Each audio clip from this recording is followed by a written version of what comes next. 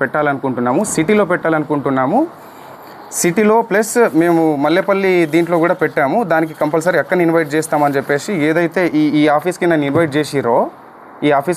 చేసిరో దానికి ముందే విషయం ఎక్కడ వీళ్ళ పరిచయం మాకు గట్టిగా ఏర్పడింది ఎక్కడ అంటే,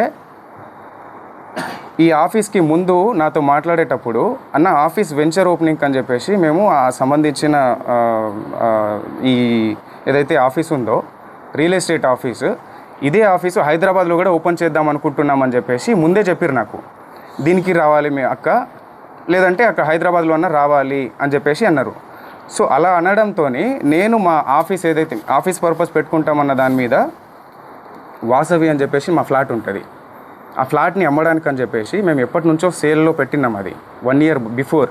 సో వీళ్ళు ఏంటి ఆఫీస్ పర్పస్ మాకు కావాలి అని చెప్పేసి వెతుకుతున్నారు కదా అన్న ఉద్దేశంతో మేము ఒకసారి ఫ్లాట్ చూడండి, మీకు నచ్చితే తీసుకోండి అని చెప్పడం జరిగింది.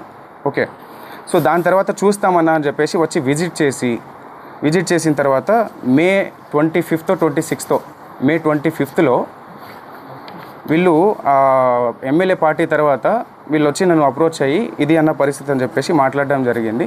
ఫ్లాట్ చూపించిన తర్వాత చూసుకున్న తర్వాత మాకు నచ్చిందన్న తీసుకుంటామని చెప్పేసి ఆ రోజు మే 25th కావచ్చు 6th కావచ్చు, డేట్ ప్రాపర్గా తెలియదు నాకు. సో ఆ టైంలో వీళ్ళు వచ్చి మీ ఫ్లాట్ తీసుకుంటామని చెప్పేసి సమ్ అమౌంట్ అడ్వాన్స్గా మాకు పంపించడం జరిగింది. అక్కడ జరిగిన ఏదైతే అటాచ్మెంట్ మా ఫ్లాట్ సేల్ చేయాలని చెప్పేసి మేము అనుకున్న దాని తర్వాతనే ఈ అటాచ్మెంట్ నాకు మధుకి ఏర్పడింది.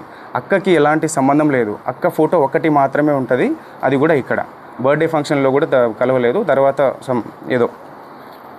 ఓకే, సో ఆ వాసవి ఏదైతే ఉందో ఆ వాసవిలో ఉన్న అగ్రిమెంట్ పరంగా మాత్రమే మాకు పరిచయం, అంతవరకు మాత్రమే. వీళ్ళు జూన్ 9th వాళ్ళ ఆఫీస్కి వెళ్ళి రిటర్న్ అయిన తర్వాత జూన్ 10th నేను కూడా వస్తా అన్నా అంటే సర్లే అన్న చూద్దాంలే అని చెప్పేసి చెప్పడం జరిగింది.